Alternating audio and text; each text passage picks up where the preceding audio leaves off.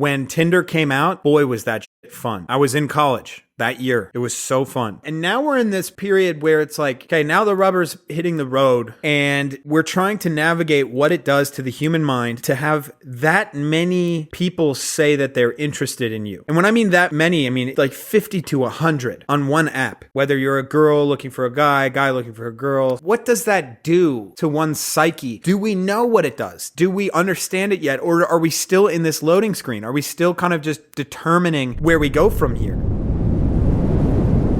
Zacky boy, how are you? I'm good, man. I'm excited to be back. I know. How long's it been? A year? Year and a half, dude. Yeah.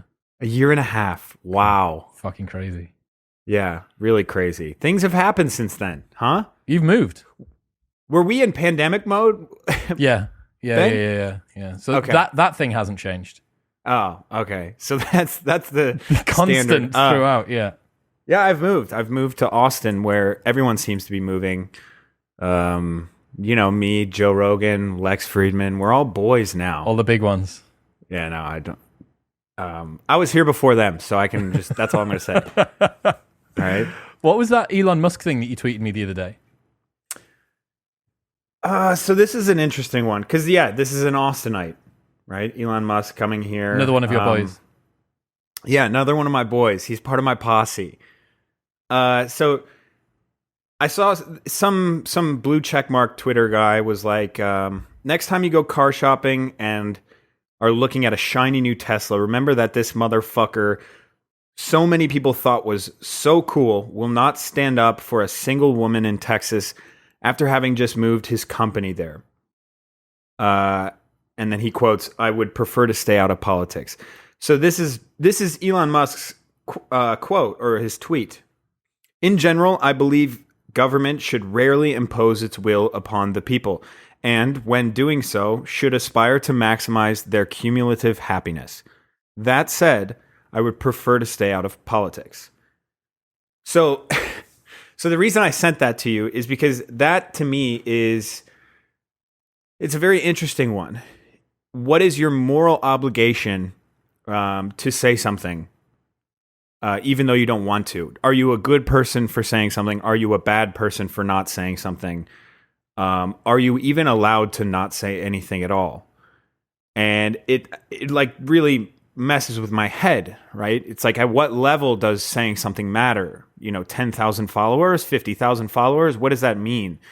And so that's something that I would like to talk through because I still haven't formulated a real opinion on the matter. The maddest thing is that guy got angry. Like, from Elon, that is demonstrably the most polite, balanced tweet ever. You cannot be more balanced than that. It's so nice. It's like, look, I really don't want the government to get into people's business. If they do get in people's business, they should try and make them happy. That being said, I'm not a politician. And you're like, okay, look at this man flying cars to Mars. How dare he not step into our politics? This is why fucking everything's politics now, man. I know. So I'm not fucking insane when I say like, wow, that sounded really, really mild. That sounded like really, really mild. I don't know if I could be outraged at someone saying something so goddamn mild. It's interesting. It's like, well, he didn't say exactly what I wanted him to say when I wanted him to say it. Now, what if he just didn't make a tweet? Was he required to make a tweet or something? Okay. No, he wasn't required to make a tweet at all. But So what if he didn't say anything at all? He would probably end up getting asked in a press conference or something. I don't. It's really, really weird. This is very, very, very strange. It's an interesting question, right? Like, what requirement do you have as a person of influence to weigh in on a conversation that you don't care about? So I asked someone this question the other day about Joe Rogan. Is it Joe Rogan's responsibility to, let's say that he doesn't care about COVID. Let's say he doesn't give a shit about COVID. Is it Joe Rogan's responsibility to have conversations about it simply because he has a platform that allows him to reach a lot of people? Is it Elon Musk's responsibility, because he has a large platform and he's an influential person, to talk about... I think this was in response to Texas's abortion law, right? Yes. So I have an answer for this. Well, it depends on what side they're going to take.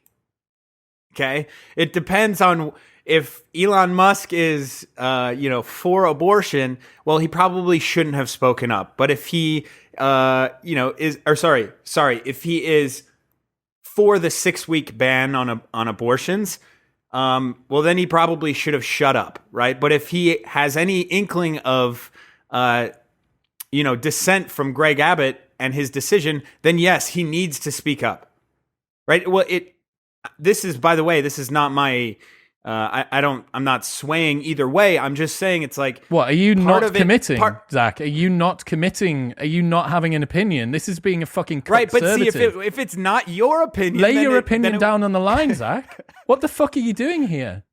Do you know how many people fought for the vote so that you could have the vote and the freedom in the fucking South of America to drive your big stupid truck around? And you're not taking advantage of the opportunity to do that. You have a voice. Use it. What about this though? How about when we take people, we're mad at people for not speaking up because they have a platform, but at the same time we will diminish their opinion because they're not a professional in said thing that we want them to talk about. It's like if Joe Rogan says something about politics, maybe that's not the greatest example, but someone could say, fuck that guy, he's a comedian. What does he know about politics? That's only if he doesn't agree with your point of view. Exactly. But if he does agree with your point of view, it's his obligation to speak upon politics. Well, all that people are doing, all that everyone's looking for, each side is looking to get the biggest gun that they can and bring it to the fight. What's the largest artillery battering ram that we can bring? Have we got Joe Rogan on our side? Have we got Elon Musk on our side? And then if you find out that he's actually firing against you, if he's batting for the other team, you do what you can to discredit. I mean, it's fairly obvious, right? Like, it's just normal human political status game playing. When somebody's on your side, you back them up, you enhance their credentials. When somebody's on the other side, you try to diminish their impact. Yeah. It's just people are so easily propagandized. Is that a word? Propagandized? Yep, I think so.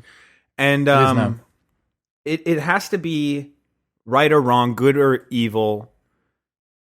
And if some people are figuring out, not that they're in between, they're literally waiting and they're just figuring things out and they're trying to develop an opinion or taking in more things. It's your fault for not doing it fast enough. Yeah. And I'm definitely one of those people. So, and I know you are too. Yeah. So my website says learning out loud. Like, that's the tagline. That's what I'm doing. I'm trying to work out my views in the world. The problem is people jump to conclusions because being an absolutist or having a non-nuanced point of view comes across like authenticity and authority. If you are just completely like single-minded about this topic and I know and my mind's made up, that looks a lot like being an authority, right? And really understanding your talking points. But the narrow-minded person and the person that's done all of the research kind of end up at the same point if they believe that same point of view. It's a person in the middle that gets absolutely wrecked for going, well, I actually think that I probably could do with doing a little bit more research. Maybe it's not for me. This isn't the hill that I want to die on. In fact, I didn't even ask to be a part of this conversation. But here's another thing, man, regarding this, the new Texas abortion law, which for anyone that doesn't know is a law which outlaws abortion after 6 weeks, and anybody that is caught assisting somebody, that can even be like the Uber driver that drives them to the Planned Parenthood place, can be fined up to $10,000. Did you see that leaders of the Satanic Temple aren't just outraged with Texas's strict new abortion law? They say it's also a matter of religion. Did you see this? No. Okay, no, I have not seen this. Leaders of the Satanic Temple, consistent with all our tenets that call for bodily autonomy and acting in accordance with the best scientific evidence, the Satanic Temple, based in Salem, religiously objects to many of the restrictions that state have enacted that interfere with abortion access, the religious group's website says. Temple officials are also taking matters into their own hands. Lucian Greaves, the Satanic Temple's co-founder and spokesperson, said the temple has sent a letter to the U.S. Food and Drug Administration citing religious freedom to seek the ability to provide its members with abortion pharmaceuticals as part of, and I quote, its satanic abortion ritual within the first 24 weeks of pregnancy. I thought, first off, that this was like you get pregnant. I'm and sorry. Then Are we normalizing Satanism? It's Is already that normal. where we're Apparently, at? they've got 500,000 subscribing members in Great. which is more subs than me and you have got. But I'm sure someone will find a way to slander my name for saying that, hey, maybe being a Satanist isn't that great of a thing. Maybe, maybe Satanism isn't a good route to go down. Well, they are managing to get religious freedom here. So to qualify for abortion, this is the thing, right? I thought... Okay, yeah. So I thought that what they did was it was some like really, really evil thing where people would get pregnant and then they'd like celebrate killing the baby. It turns out it's not that. It turns out it's kind of weirder than that. What they do, they deliver abortion pharmaceuticals. So they actually deliver it. So that you go through the Satanic Temple, you get clearance from a medical professional, and then it goes to the American College of Obstetricians and Gynecologists, and then this is a quote from that guy who said, "So it wouldn't really be any different if they just went to a practitioner and got it directly from them. It's just we would be the ones distributing it." So like they do multiple things. Not only do you go to them to worship Satan, but you can also have your abortion. But see, at what point does being a Satanist really mean being a Satanist? A lot of times people will be like, hey, you worship the devil. And then maybe a Satanist back to them would be like, no, actually, we focus on the main tenets of, and they wouldn't even say the word Satan. It has to do with choice and all this stuff, when all of a sudden it's evolving into another religion in and of itself. At a certain point, regardless of whether they believe one thing or another, it is a pretty nice virtue signal for the Satanist. Whatever the Satanist group is, to announce that they are providing abortions or abortion. Depends on what side of the aisle you're on. If you're trying to get if you're trying to get the conservatives to be all Satanic Temple, but you'll never get the conservatives when your group is called a Satanist. But I'm sure there's a lot of people on board with the Satanists now, and I cannot believe this is our conversation. I haven't finished. Believe it. I've got another fucking one. So you thought that the Satan thing was crazy? Okay, so. This is an article that looked at the differences between men and women's views on abortion. So, I think I saw this. I shared it the other day. Polls consistently show that women are more likely than men to support a reduction in the abortion limit. In 2011, a YouGov poll, 28% of men supported a reduction, 46% of women did. 2012, 24% of men and 49% of women, so that's gone down for men and up for women. In an Angus Reid poll, 35% of men, 59% of women, and then 45% of men and 59% of women. This raises some pretty big implications, the most obvious being that if it were left to women to vote on the issue with men out of the picture, there's a good chance that the result would be in favor of restricting abortion. On the flip side, if only men voted, they'd almost certainly vote in favor of women's reproductive rights. Let's break that down, because that's really interesting. Why is that? Why is that? They put forward a bunch of different potential explanations. Yeah. One of them being that women who go through childbirth are part of that group. And if you've had a child, if you have given birth to a child, right, your support for abortion seems to go down quite sort of rightly so. It's magical. You realize that this is the sort of thing you want your friends to enjoy and experience and build families. Yep. That makes sense. And then I just think of whenever I think of more men, if it was possible, I mean, this is what I would think, is more men want abortion because it's just a bunch of bros who don't want kids. But obviously it's not the case. Wait, no, it is the case, right? So men are vying for more abortion, or more men are vying for abortion rights. That's correct. Right? Yes. Yeah. Because we're just a bunch of bros that don't want to have kids. So what they're saying is that this still got linked around somehow. This got linked around to the misogynistic patriarchal substrate construct that overarches everything, and said, well, look, what's happening here? This is obvious. It's obvious that men are just trying to control women's bodies. Still, they're permitting them to have their body, their choice. But this just permits men to spray it around as much as they want and not really time their withdrawal method too well.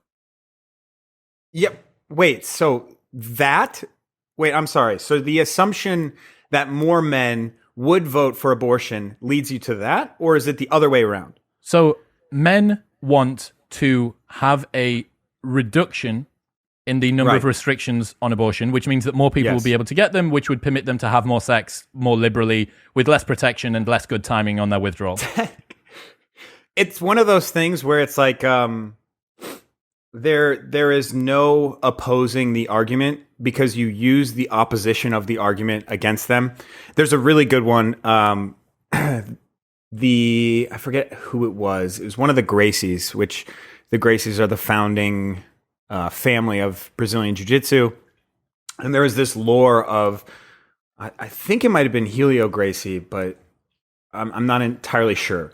But he went to fight Kimura, which now is a common like attack that we use in jiu-jitsu. And Kimura is a Japanese, I think like judoka, so judo, whatever. And they made this huge thing that it was a massive fight, and Helio was like 50 pounds underweight, and gave Kimura the greatest fight of his life, and Kimura ended up beating him. Fast forward to later, I think it was Rickson Gracie. And did you have him on your show, by the way? No, I decided against it. Okay. We can talk about that in a bit, but you read his book, I think, right? Yeah. Okay, so basically Rickson Gracie, I think, was beat by someone, and what the Gracie said was he used good, Gracie-style jiu-jitsu to beat us. I'm not sure if they said that about the Kimura fight, but that's kind of the idea, is like, even if you beat me, it's because of the ideas that I had that you beat me. Yeah. Right? Which is the same thing here. But what's happening here is that you have an ideology, and then you try and wrap reality around that ideology. So it's unfalsifiable, and no matter what direction you come at it from, it's still... Yeah, I mean, that's always fun, isn't it? You're in Austin, Texas right now. I mean, are the people on the streets fucking protesting this? Is anyone talking about it in the gym? It's a very liberal city, so people might not understand that. But they must be pissed. Yeah, I think just go on Instagram and you can find a lot more pissed people about this, across the country.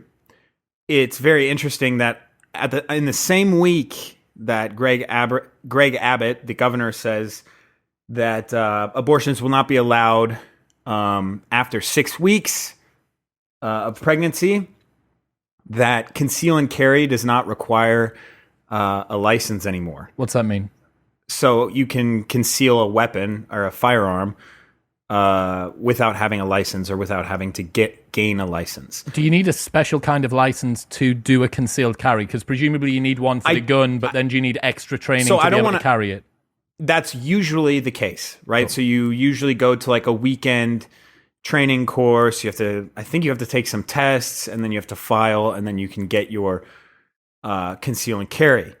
And I believe that now it's almost completely gone, that conceal and carry, bylaw where you have to take a course. Got people walking around. So we the same week that we have the most lenient gun control laws, we have the most extreme abortion laws.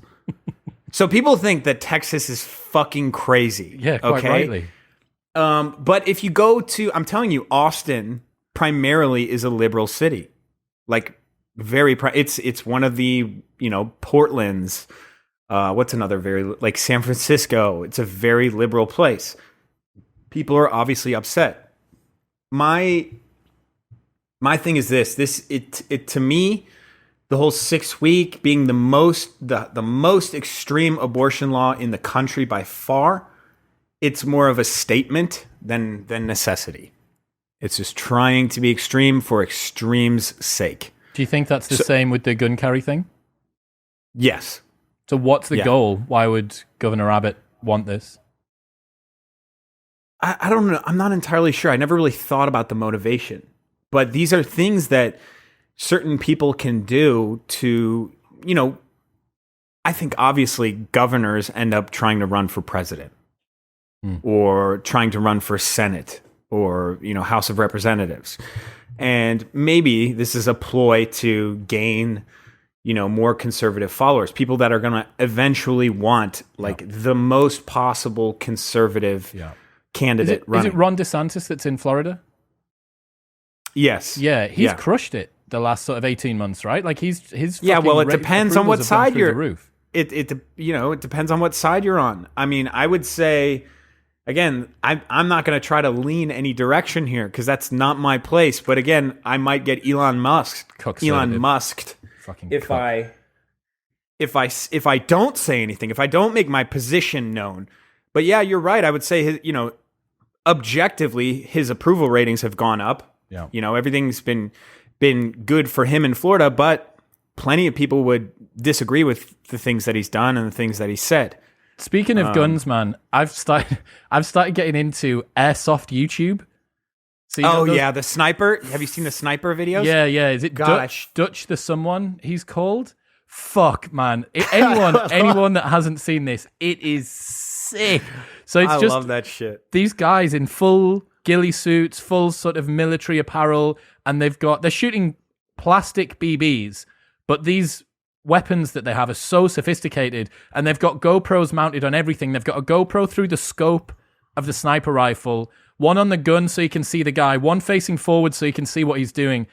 Man, it's some of the best YouTube that I've ever watched. There's this one where he does no headshots, and the guy starts complaining about headshots. So from 100 yards away, he hits this dude in the dick. It's You gotta love YouTube rabbit holes. You have to love the random nature of them. What did I recently watch? Oh, I went down a cricket rabbit hole. Good man, that's better. That's more like it. Yeah. It was really cool. It was really, really, really cool. When you come over, we're going to go watch a match. Okay, cool. It's the what is it, 20s? 2020, right? yeah. Yeah. I'm down. I saw there was like a Netflix, or no, not a Netflix. I think it was like a Vice special explaining cricket. That's like the most American thing that you could have, because we have those explaining, here's the history of baseball, because over here we got no fucking idea. Yeah. Oh, it used to be played with a pigskin, and you're like, oh, basically we invented baseball because we hated the UK. Cricket, yeah. You wanted your own bastardized version of cricket. Basically, yeah. I mean, that's essentially what it came down to. Like, everyone was playing cricket over here, and then we did the old war. And then we were like, yeah, we can't be playing this shit. Switcheroo. Have you seen the new Matrix trailer? No, I haven't. Fuck. And I am a huge, by the way, I saw a screenshot of it, and it was someone was like, this is Neo playing Keanu, or This is Keanu Reeves playing John Wick being Neo or something. Yeah, because he looks so much like fucking John Wick. Do you know why I think it might have been? And this happened didn't it happen with that fucking guy that plays Superman? Didn't they, because he was in the middle of playing some other role where they wouldn't allow him to shave his beard off, Superman, the entirety of Zack Snyder's Justice League Superman thing, he had to have a beard, and they CGI'd the beard off his face. No way. Dude, I swear to God, the guy that plays Superman... they can just do makeup beards. No, so he didn't need a beard. He needed to not have a beard. You can't make up a beard away. Yeah, but he wasn't allowed to to not have a beard for another movie. Yes, right? But they had to CGI the fucking beard off. I know. What I'm saying, with the other movie, they could have allowed him to shave his face, and then they put a fake beard on. No, well, fuck them. Whoever's got the bigger contract. Anyway, Keanu Reeves, I reckon he might be ready for a new John Wick, and that's why they haven't allowed him to shave the beard. Oh, that's my theory. Anyway, the trailer. Did you not use the website that was up yesterday where you got to pick the red pill or the blue pill? No, I'm going to do it. What the fuck are you doing? Listen, I'm a huge What is more Matrix important fan. than this? I am a massive, massive Matrix fan. Let me tell you.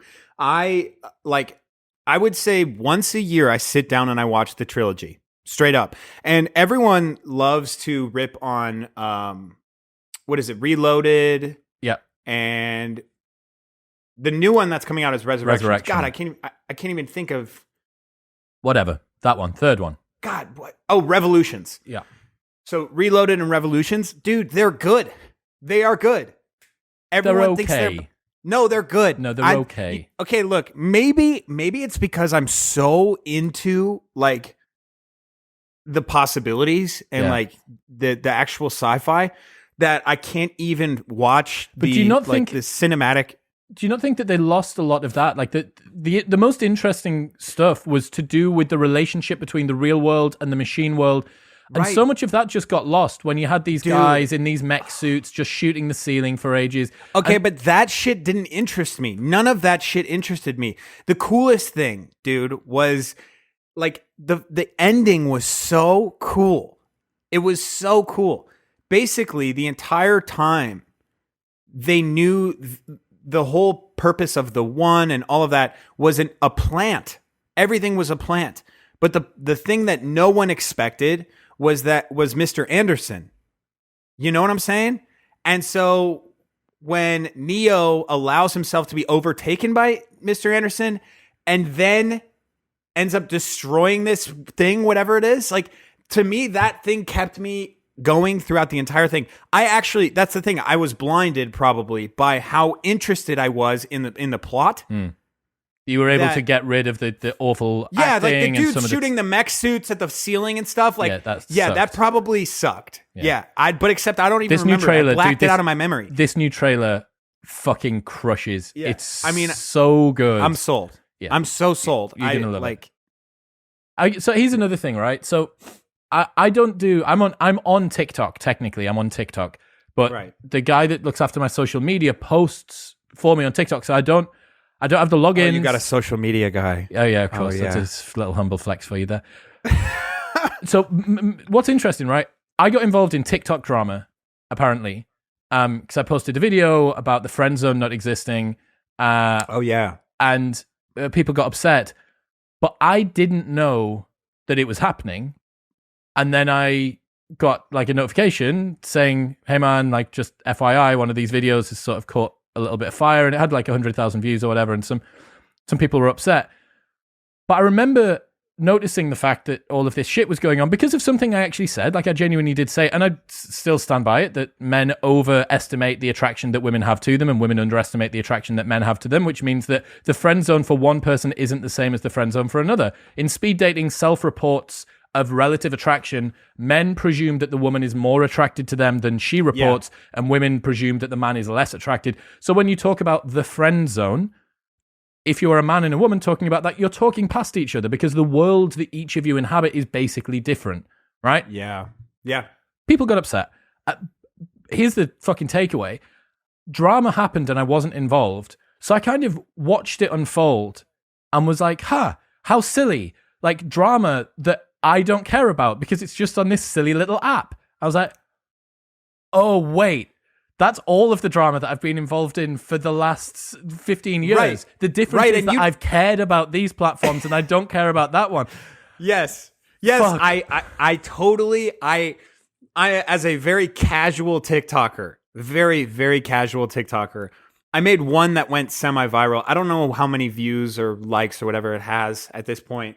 I made it for fun and woke up the next morning and it was going pretty crazy. And I was like, wow, this is so cute. Look at this little thing go, you know? And I realized, like, why would I not give legitimacy to this stupid app and then give legitimacy to anything else? You know, they're all owned by some, you know, asshole at the top that can shut it all down at any point. And like, it's so funny, man. Like, the TikTok space, it's just going to turn into everything else. I think we're still in this like Wild West phase of TikTok, and maybe there was a Wild West phase of Instagram, and I think that's ending literally as we speak. And there's a Wild West of Reddit, and I'm sure that's going to be shut down pretty soon. What do you think happens? What's the difference between when it's a Wild West and when it's not? Well, when it's a Wild West thing, it's like people are still trying to navigate it, so it's like, you see some pretty crazy stuff. You see some stuff that maybe you shouldn't see. You post things you shouldn't post. It's kind of great, actually. You really get to see people for who they are and you know, and what they comment. On Instagram, I just said, I love saying sarcastic shit to my friends, like making fun of them. Like, if someone was like, what if I do this, blah, blah, blah, I go, well, it's because you're a fucking pussy and you should work harder. Totally a joke. One of my friends, they understand that's sarcastic. Boom. Immediately, I was silenced on Instagram for that comment. I've been reported for harassment and bullying. But not reported. I think the algorithm took that. You can't make a funny fucking comment anymore to your friend? Meanwhile, on TikTok, there's girls encouraging other ones to go and do anorexia as fucking diet regimes. But the TikTok algorithm now is starting to suppress everything. I mean, I was one of my other TikToks did really, really well. It was me reading this guy's DM to another guy. It was like a shit talk, a UFC fighter. Oh yeah, I saw it. Did you see that? Yeah. Okay, yeah. so this UFC fighter is a crazy person. He's an actual crazy person. Sean Strickland. That's his name. Do you train with him? No. And this other guy, Dylan Dennis, who did some like jiu-jitsu training for Conor McGregor. That's how he blew up. He's really nothing special. I will say this. I think he was a black belt world champion in the gi. Or he's won some major things, but he said, like, Sean Strickland posted something to his story, and immediately after, Dylan Dennis was like, "Oh, so you had to take down that story post on me, like never come at the king." And then Sean Strickland goes on this diatribe about how he would make him see his own blood before turning his mind off for good. Nothing would please him more than to take his life with his bare hands. Like, not the type of shit talk is like, you know, where you're kind of like pumping your chest. It was like the type of shit talk that a psychopath would make, you know? Like, I'm going to eat your liver with some fava beans and a nice Chianti type of thing. Okay? And I posted that. I thought it was really funny. I posted that to Instagram, did really well. I posted that to TikTok, was taken down. Chinese don't like you, man. Chinese do not like you. But is that who's running, like, the... Fuck knows. I don't know. I don't get know. it. No one knows anymore. But it's a silly little app, man. And it's but so all of them funny are. how That was the thing. That was what made me realize it. I was like, God, because I watched it from the outside, Yes. and I was like, look, Yes. my value judgment means that I'm not bought in personally to this. I don't care. So why do I care about all of you? Well, because those ones are the cool ones. Those are the ones but that you've those been are on for a the while. legitimate ones. Yeah, exactly. Yeah, no, they're all silly, and what we do is meaningless. I saw a tweet from the FDA talking about ivermectin that said, "You are not a horse. You are not a cow. Seriously, y'all, stop it." Those are the people in charge of your country's Food and Drug Administration. Oh, okay, here we go. So listen, the FDA, from what I've seen, is an absolute joke and can be bought and sold. Now that doesn't delegitimize the fact that, you know, one should or shouldn't get vaccinated. That's not what I'm saying. A lot of their suggestions on sugar intake, artificial, you know, sweeteners intake, like, it's just off, and you can tell they've been basically bought and sold, rather than being outright and forthright and telling people how they should, you know, eat and live better lives through the food that they eat. They, you know, allow these Krispy Kreme donuts to give free donuts away to people that got vaccinated.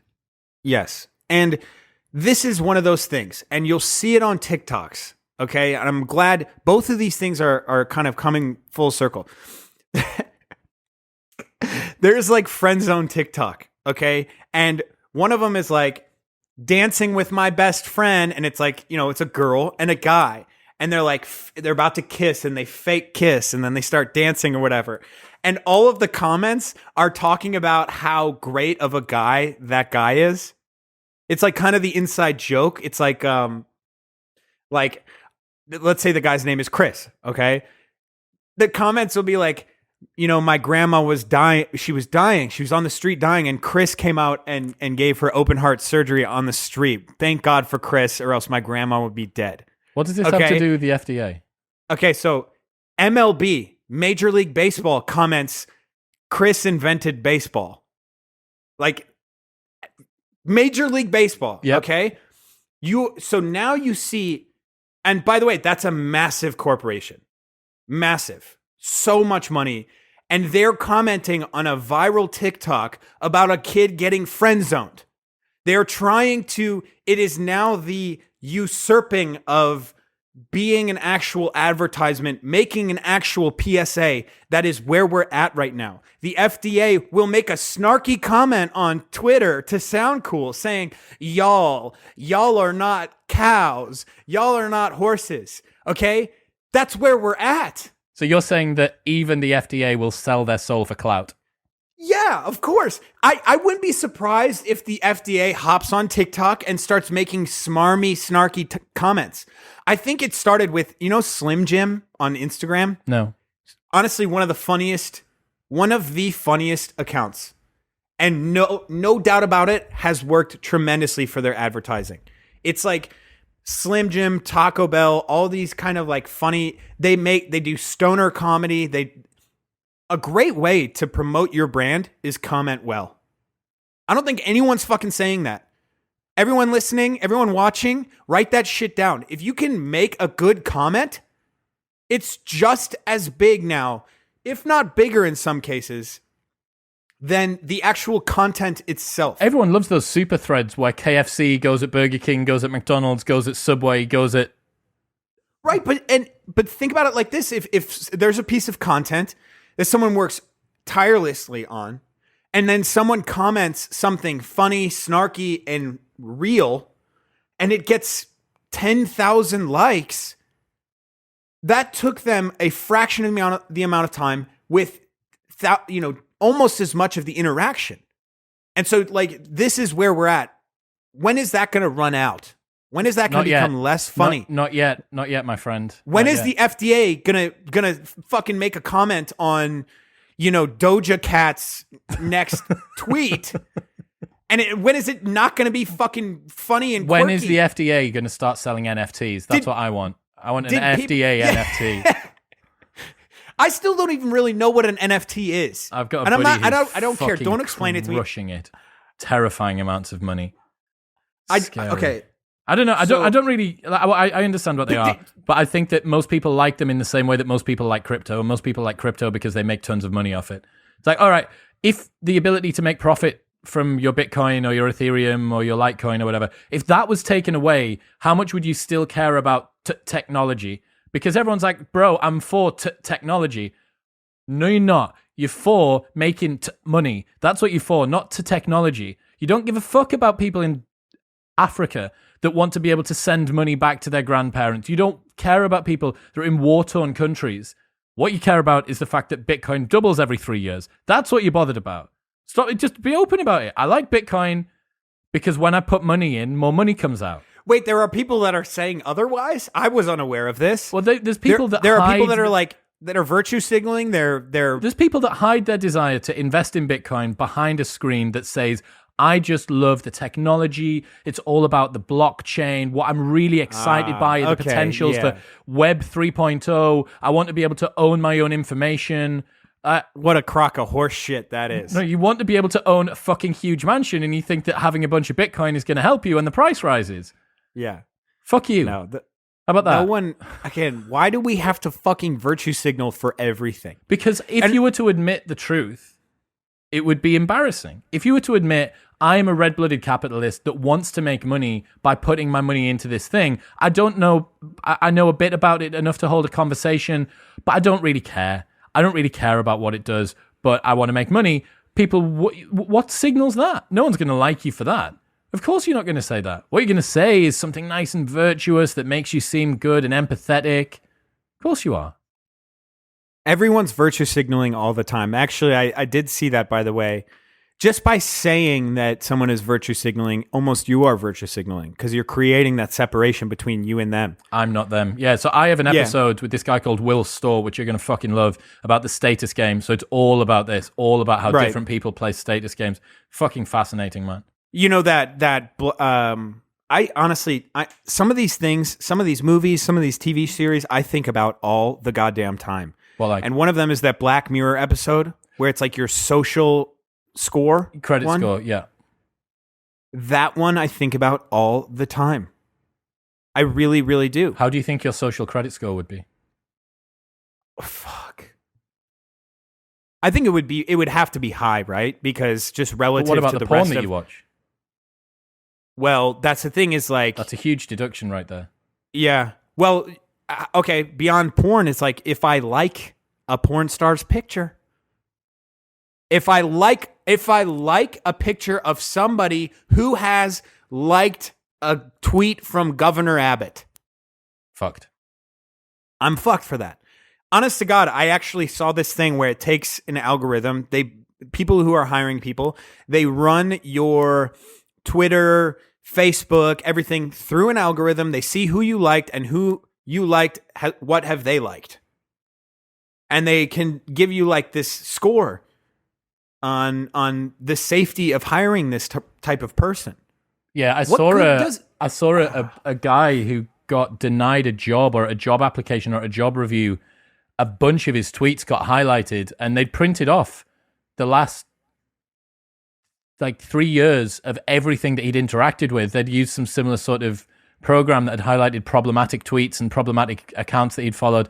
So yeah, I've seen something similar. Did you see that Rogan is talking about suing CNN for saying that he was using horse dewormer, ivermectin? Okay, but listen, he went like this. He literally went like this. Should I fucking sue CNN, dude? Like kind of like that. Very in passing. That just goes to show how powerful that dude's voice is. He opened the show talking about the dewormer thing and he goes, "Shit, should I sue CNN?" And like, I don't know. I don't know how serious that was. I don't think it's very serious at all. But no, but basically, it's really funny because I did see, Philip DeFranco. You know Philip DeFranco? He's a big YouTuber, kind of like a news guy, and he's just like, I'm so sick of. He goes crazy. He goes crazy on Joe Rogan, and what's funny is, what does he say? He went nuts. He was like, I'm so sick and tired of the same shit. Joe Rogan not pushing the vaccine and giving misinformation and all of this stuff. And it sounded weird because it's like, did you even watch the full video that Rogan had made? Again, it was so non-politically charged. It was so nice. It was so hopeful. He had a smile on his face. He was in his back fucking yard.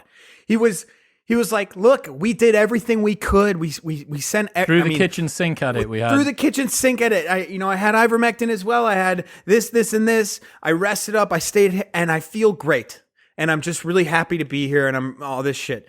And everyone took that. And Philip DeFranco himself took that and was like, look at this fucking piece of shit.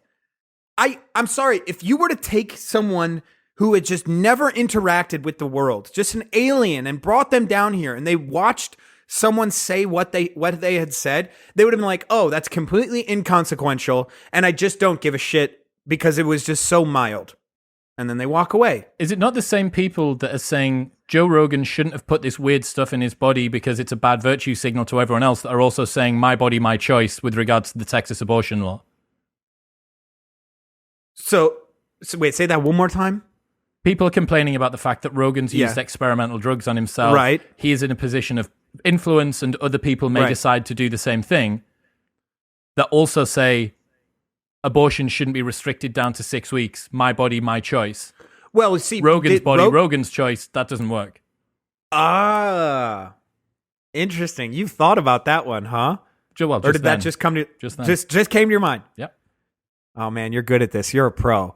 So yeah, I mean that's always the funniest thing is if you're saying, listen, I don't want to wear a mask, I don't want to take a vaccine if I don't have to, you better be saying, you can get an abortion if you want, because it's your body, your choice. It's my body, my choice, vaccine or not, whatever.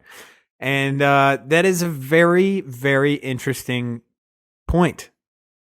The thing that's interesting, I think, about Rogan's situation is how the press responded to it. So it's the fact that every opportunity for something to become politicized, someone tries to take them for part of his team. So because Rogan hasn't had the vaccine, the right decided to take this as this is an opportunity for one of our own to push back against this totalitarian state that's trying to force vaccines into our arms and so on and so forth. Every topic is an opportunity to score points. And that sucks. I'm sorry, that sucks. I can't. When I was younger, I don't think that it was like this. Isn't it? I would like telling, to think so. Isn't it telling that I would you like can't to remember whether it was or not? Why? Probably because I've been so like immersed in what we do now that I can't even remember. Can't remember a world in which it wasn't like this. It's so wild, bro. So I've been watching a ton of the 9/11 documentaries recently. Yeah. And when you see these people walking, going up and down escalators, and no one's got a smartphone, and you just see these people, and they're stood there just holding the handrail and just looking. Okay. Just looking. Surreal experience. As they sort of like look out of the fucking window, and you're like, God, these people are psychopaths. What are they doing without a phone in their hands? Here's a surreal experience. And I wish all I have is this one image. So basically, when smartphones started to come about, first there was like BlackBerry. And I don't know if did you ever have a BlackBerry? Yeah. So years. BlackBerry Message when you BBM people. You BB pin. Oh God, that was the shit, bro. That was the shit. But if you lost your phone, you had to get a new one because it was attached to the phone. It wasn't attached to the number. Yes, you had to get a new BBM. Oh my God. Okay, so even then, when we had smartphones, people weren't on them as much because Instagram wasn't around, and just going on the internet wasn't fun. It was like I would Google things, but it wasn't like bing, bing, bing, bing, like awesome, like swipe up, swipe down, get that was this the golden era because you had group chats. You were able to message girls. You were able to send photos and videos. Could Google stuff, but you didn't get distracted with Facebook, Instagram, or Twitter. And so there was that. It's still the Wild West of the smartphone. I love it, right? Okay. So then it kind of moves on to iPhone. And at one point, I realized that everyone was on their phone. And I swear, when I tell you this, I looked up from my phone one day and I saw every single person looking down at their phone. Every single person. I think it was either a bus or an airport. Right? Because that's what you do in these places. And I remember being like, wow, this is fucking weird. This is fucking weird. Everyone's looking at their phones. Old, young. Everyone is doing that? That's fucking crazy. And I remember for the next year and a half, I'm like, dude, this is fucking whack. Everyone is looking down at their phone. You know, like the world is going on around you, all this shit. Now it's like, if I don't have this thing on me, when I'm doing anything boring, panic attack. Total panic attack. If I see someone without their phone in front of their face, I go, what the fuck is wrong with that person? Yep. You know what I mean? But that era, it's really hard to think about, but I swear when I tell you this, there was a singular moment where I finally realized you watched the fucking precipice occur. Yeah, exactly. Yes. Jesus Christ. The corner was like turned. 1 week prior, I wouldn't have noticed it. Yeah. That moment, and from every day forward, that is our reality. And it's only going to get even more trippy, man. Have you seen... So we looked at this Wall Street Journal article about the declining college rates for men. Have you seen this floating around? No. Dude, this article's... Please go on. This article's fucking scary. So I've known this for quite a while, but it's really just starting to hit mainstream media. And one of the reasons that it's probably not too popular amongst mainstream media is that it goes counter to a narrative that men are outperforming women, and there's this oppressive patriarchal construct that's misogynistically trying to keep people down, blah, blah, blah. Are people still on that? Are people still on that kick? Massively so. Okay. The number of men enrolled at 2- and 4-year colleges has fallen behind women by record levels in a widening education gap across the US. Men are abandoning higher education in such numbers that they will now trail female college students by record levels. At the close of the 2020-2021 academic year, women made up 59.5% of college students, an all-time high, in men 40.5%, according to enrollment data from the National Student Clearinghouse, a nonprofit research group in the US. Colleges and universities had 1.5 million fewer students compared with 5 years ago, and men accounted for 71% of that decline. In the next few years, 2 women will earn a college degree for every man. American colleges have yet to reach a consensus on what might slow the retreat of men from higher education. I think people are... This could go a number of ways, this discussion. And this is critical to where we are, in society as a whole. How valuable is an education, and what about being a man would provide a man to say this isn't as valuable, as opposed to a woman? What about their psychology is saying that or allowing that to happen? And then also, in what way will the media suppress this? If the narrative is... So I'm not convinced that the media can really suppress the stats. Like, you can, within 10 years, as you walk around on campus, you're going to see double the number of women as you do men. I don't know the equivalent for the UK, but in the US, that's going to be the case. Like, it's not about suppressing the stats. Like, there is no suppressing that. Some of the reasons that you could put forward for why this may have occurred is that there has been quite a negative environment for men generally in the universities. Quite rightly, women have had to have their spaces be made to feel better. The Me Too movement was like fucking long overdue to call powerful men to account for taking advantage of women. Yeah. But what it's done is it's taken quite a broad brush and applied that to all men, when the research suggests that it's a small minority of men that commit almost all of the sexual offenses. This is what David Buss discovered, evolutionary psychologist that I had on the show, that the vast majority of men aren't sexual predators, but a small number of men commit fucking tons of acts. But if you tar everybody with quite a broad brush, if you make it a little bit of a hostile environment in which men feel quite uncomfortable, then that's not so good. You've also got like the equivalent of affirmative action programs that promote girls' success within high school and within college applications. I'm not sure if you have outright sort of gendered discrimination when it comes to accepting into courses. I would imagine no. But I think it's significantly harder for boys to get through school if you are someone that's more physically minded, if you're someone who's got ADHD. But previously, there was so much prestige and status associated with an education that you would be prepared to go through that. There's a lot of discomfort associated with me sitting on my ass and fucking having to learn all of this stuff. And I want to be outside playing or play fighting or building something or doing whatever. But I'll get through it because the college is going to be worth it. And now 2-to-1 females to males within the next 10 years at college. That is crazy. 2-to-1? Yeah. At every college. Here's the thing. And I think I might have talked about this on the last podcast that I did with you a year and a half ago, but colleges in America, and for those who are listening in the UK and the rest of the world, colleges in America are unlike anything you've ever fucking seen before. What do you mean? And all you have to do is go to a collegiate football game to understand exactly what I'm saying.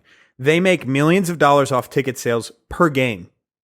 They make over, hundreds of thousands of dollars from anything from like selling apparel to food.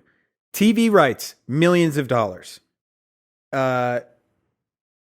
All of this as a way, think about it like countries, what they do for the Olympics to kind of flex their prowess without actually having to go to war. This is what colleges are doing. And if to show their prestige? Yes. And it is a war. It is an all-out motherfucking war. And there's a conference called the SEC, which is the Southeast Conference. And that one is the most powerful one. As far as money, it's ridiculous. What's this got to do with men and women in college? Well, it's basically the importance of college isn't what we think it is. There's so much of it is like we have. So I can speak from a perspective of someone who lived in an area, College Station, where Texas A&M is. There are 60,000 undergrads, 60,000 people at a school. That is ridiculous. The amount of money that goes into that school. How much prestige is there really when there's 60,000 other people doing the same thing you are? Now, mind you, some of them are engineers, some of them are medical students trying to get law degrees. That's a different, altogether. But what we have is this massive money-making industry trying to coax people to get into these colleges and go to college and maybe take on debt, when the reality is there's not much prestige anymore. And maybe there never really was, but it's kind of starting to be exposed. Away now, maybe. I don't know. So are you saying that that men have seen the light and taken the red pill in college, and girls have still got the wool pulled over their eyes? Maybe. So, dude, honestly, because think about how men interact with the internet and how it may be different with the way women do. You know, if you know, and this is we're talking through it here. This is all assumption. I think that you're actually onto something here. And the reason that I do is that for a long time, women were told, the culture and the powers that be told women, you have been oppressed for a very long time. The only reason that you're able to get a job is that you've got to fight your way up there. This is something that you shouldn't deserve. The only way that you're able to get an education is because you've had to. So what that does is the subtext to a lot of females is, the only way that I can get this is if I really deserve it. It puts it on a pedestal. It adds prestige to college, fake prestige. That now, like when you're talking 59 to 40% of 60-40, basically in terms of the ratio, like it's obvious that it's not as difficult for girls to get into college anymore. But because you have this sort of lagging measure, that's all of these sort of traditions in terms of culture, that people have still got that in their mind. A lot of girls may still have the idea that I shouldn't be allowed to go to college. It still is something of prestige. This is me standing out. I think that there's something to that. Yeah, so they're coming from a place of like, not vengeance, but this motivation Attainment, that they're behind. Yeah, that they're behind, and this is their way to be in front. Yeah, that's definitely possible. You know, it's going to be multifaceted. It's going to be something that is encouraging girls to go. It's going to be something which is discouraging guys to go. So here's the implication, man. So David Buss, father of evolutionary psychology, he wrote in 2015, he wrote about the challenges you have when you have an asymmetry in terms of education between men and women. Okay? Mm-hmm. This is something that he said. Quote, "We must look deeply into our mating psychology to understand the far-reaching consequences of the sex ratio imbalance." So that is when you have a disproportionate number of one sex to another in an area. "Women and men have both evolved multiple mating strategies. Some of the gender pursue casual hookups, some committed partnerships, some alternate at different times of their lives, and some do both simultaneously. And although a few social scientists deny the data, research overwhelmingly shows that men harbor, on average, a greater desire for sexual partner variety." Shock. "Men experience more frequent sexual thoughts throughout the day, have more sexual fantasies involving multiple partners, and readily sign up for online dating sites for the sole goal of casual sex. So a surplus of women among educated groups caters precisely to this dimension of men's sexual desires because the rarer gender is always better positioned to get what they want on the mating market." So what you see in colleges where there is a surplus of women and a scarcity of men is more casual dating because the men get to make the rules. If there are fewer men than there are women, the women have to compete, and the only way that they can compete is by playing the game that the men want. Conversely, in a college where you have more men than you do women, you have more long-term relationships because the men have to play the game that the women want. A surplus of women amongst educated groups caters precisely to this dimension of men's sexual desires because the rarer gender is always better positioned to get what they want on the mating market. Roll it forward a little bit. You now have 2/3 to 1/3 educated women to educated men. On the whole, women don't want to date a man that is less educated, less rich, and lower status than them, and also one that's shorter than them. You are going to have an ever-increasing group of women competing for an ever-decreasing group of high-performing men. The men that sit below them don't win anything. So there's more incels, there's more underperforming men. White-collar women don't want to date blue-collar guys. And most of the women, even the ones that went to college, they're now competing for this tight group of chads at the fucking super performing rowing chads at the top. And the only ones that win are these fucking turbo weapons, the 9 out of 10 and 10 out of 10 guys that have got MBAs, the ones who are able to outperform intellectually, socially, and monetarily. The women, they're the only ones that are left that are able to date. So nobody wins except for Chad. Chad fucks. Wait. Why does it always have to be okay? But if it's 2-1, all you have to do is make it into college, and you got 2-1 odds, baby. That's it. That's not hard. Getting into Texas A&M is not hard. You and I could right now take whatever test necessary and get into Texas A&M. Sorry, I apologize to anyone That's probably not true. I think it's actually a pretty prestigious school. Let's say You're like saying LSU, that because you okay? live there Louisiana and you don't State. want to be berated by them on the street. No, okay. Let's do Louisiana State. I've heard from people LSU. You just have to sign your name on a few tests and they'll let you in. That's what I've heard from people who have gone to LSU. Mind you, I'm not. This is okay. So what I got from this, and why I was smiling while you were talking, and I didn't want to interrupt, but I did at some point, was all you have to do then in 10 years from now is just go to college and the babes are going to come at you. Here's one for you, man. The difference in right swipes on Tinder for a guy with a master's degree versus a bachelor's degree is, I want to say 90% more. So you get 90%. Are you kidding me? 90% more right swipes if you've got a master's degree versus a bachelor's degree on Tinder. This is in John Burge's. Anyone that wants to fact check me, this is in John Burge's Dateonomics. I honest to God, I'll tell you right now, I don't understand women.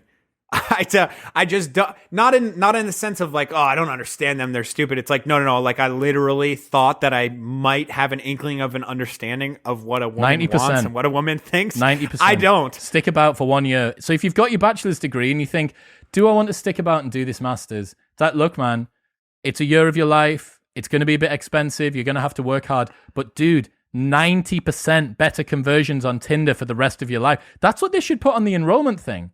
Fuck the course. Doesn't matter about the course. You get to have 90% better conversions on Tinder. Dude, if like all that these schools need to do are start making snarky comments on TikTok and then promoting their programs and promoting their programs with stats like that. Hey, if you enroll now, there's and you end up graduating our course, there's a 90% chance that you will get more swipes than someone who doesn't. Come on in. I'd go. I would probably go too, man. I did get a master's. I did, not for that reason, but well, it worked out. Yeah. Fuck, man. Yeah, it's a mess. It's a real fucking mess. And who knew? Who knew that you're going to have all of these hyper-educated, hyper-rich babes walking around just dry as the desert? So not able to get any, you know? Is it sucks for everyone? It sucks for women, sucks for men. The only people that win are the high-performing men. But it's not high-performing to get into college. If it's 2-to-1 girls, no. Right? So women want to date up and across. So it wouldn't just be a guy with a college degree. It's usually equal or above in terms of status education. So if this continues to happen and you have women getting like master's level education at some insane rate, the guys that want, if they do want to sort of play that game, they're going to have to continue to fucking I know what you're saying. Play catch up, because women are the sexual gatekeepers, so they always determine the minimum level that it goes at. The difference is obviously when you're on a college campus that's got a surplus of girls, or anywhere. So I think New York City has far more women than guys, and you see the same thing there, that women adopt more male dating strategies because they need to play the game that men are playing. Yeah. Fucked. It's very, very fucked. And I think that just online dating is, again, we're at a period now. It's like the loading screen for online dating. You know, there's the Wild Wild West, which I love that term. When Tinder came out, boy, was that shit fun. I was in college that year.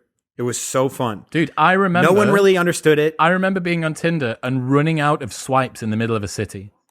That's how few people were on the app. Yeah. That it wasn't because you actually ran out of swipes. It was because like there was no one less. Yeah. Right. And that was fun, dude. That was really fun. And now we're in this period where it's like, okay, now the rubber's hitting the road, so to speak.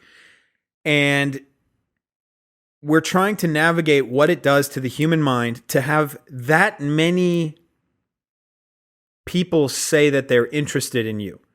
And when I mean that many, I mean like 50 to 100 on one app. Whether you're a girl looking for a guy looking for a girl. So guys don't get that many swipes, typically. On average, most guys get almost no swipes. You mean almost no like matches? Correct, yes. Yeah, so what happens though if a girl or a guy has 4 or 5 even, 5 or 6, 7, 8, 9, 10 I think if you do it long enough, there's a chance that you can get up to 10, I would say. I know women have hundreds. I know they do. I've seen women have shown me their apps and it's just like zzz, and it just goes on. What is that? What does that do to one's psyche? Do we know what it does? Do we understand it yet? Or are we still in this loading screen? Are we still kind of just determining where we go from here? 50% of couples last year met online. Right, and that number is going to keep going up. 50% You know that number of couples met online. You know that number is going to go up next year. It'll be 60%. Right?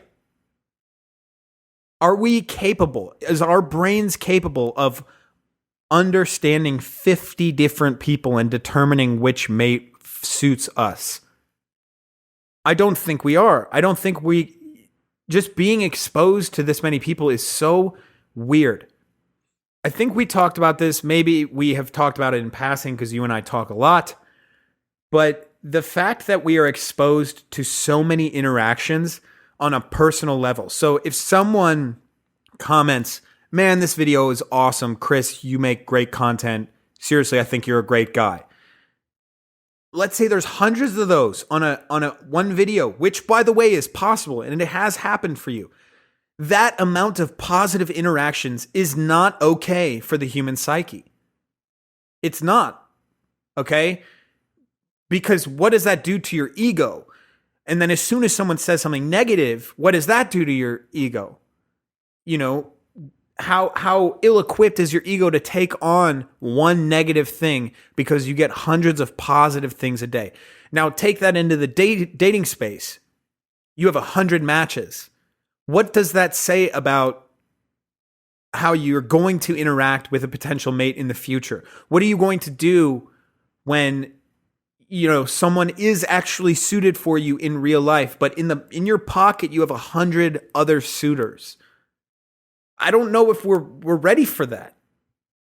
No, we're not. In short, we're not. Humans aren't designed to fucking consume the entire world's news in real time 24 hours a day.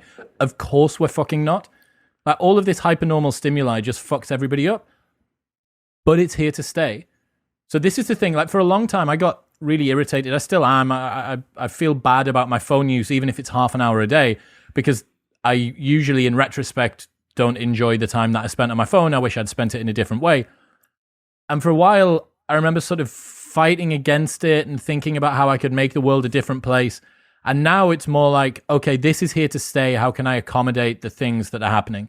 How can I accommodate this technology into my life? How can I have rules and procedures and values and virtues that keep me right around this? It's like walking down the street, like being someone that is potentially a heroin addict, walking down the street and having to actively avoid needles.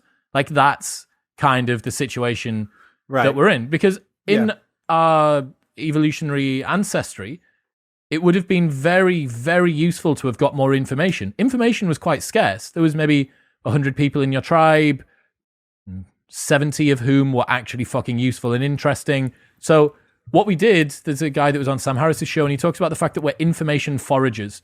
So he says that we were constantly on the lookout for information. In the same way that a squirrel forages for food, we forage for information. And typically information would have been super fucking scarce. Like, if you've ever spent an amount of time around people without any distractions or phone or connection to the outside world, and it's a small number of people, after a while, you kind of, unless they're interesting people, you kind of run out of stuff to say. And you're like, yeah, I've heard all your stories. That happens to me on dates. Some dates end up going on for like 4, 5, 6 hours. Yeah.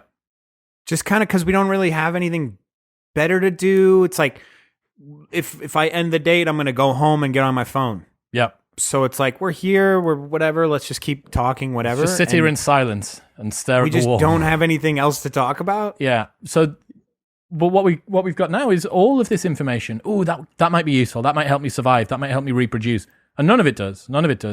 It's clapped, man. But dude, Zack Telander, ladies and gentlemen. Zacky boy, where should people go if they want to check out your stuff? Go to my YouTube channel. Just my name, Zack Telander. Also go on my Instagram, Coach_ZT. I have a Patreon, and there you can find weightlifting programs and general strength programs for super cheap. What else? That's probably it. That's it. I love it, man. Oh, I have a subreddit now. That's sick. Yeah, That's fucking so I've got a sick. subreddit. I've got I think 1,500 people on there. Yeah, that's awesome. Yeah, so if you go there too, there's a bunch of incels talking about weightlifting. No, they're good people. They're I great really people. like them. Yeah. I love it, man. Cheers. Thanks for having me. Thank you very much for tuning in. If you enjoyed that, then press here for a selection of the best clips from the podcast over the last few months. And don't forget to subscribe. It makes me very happy indeed. Peace.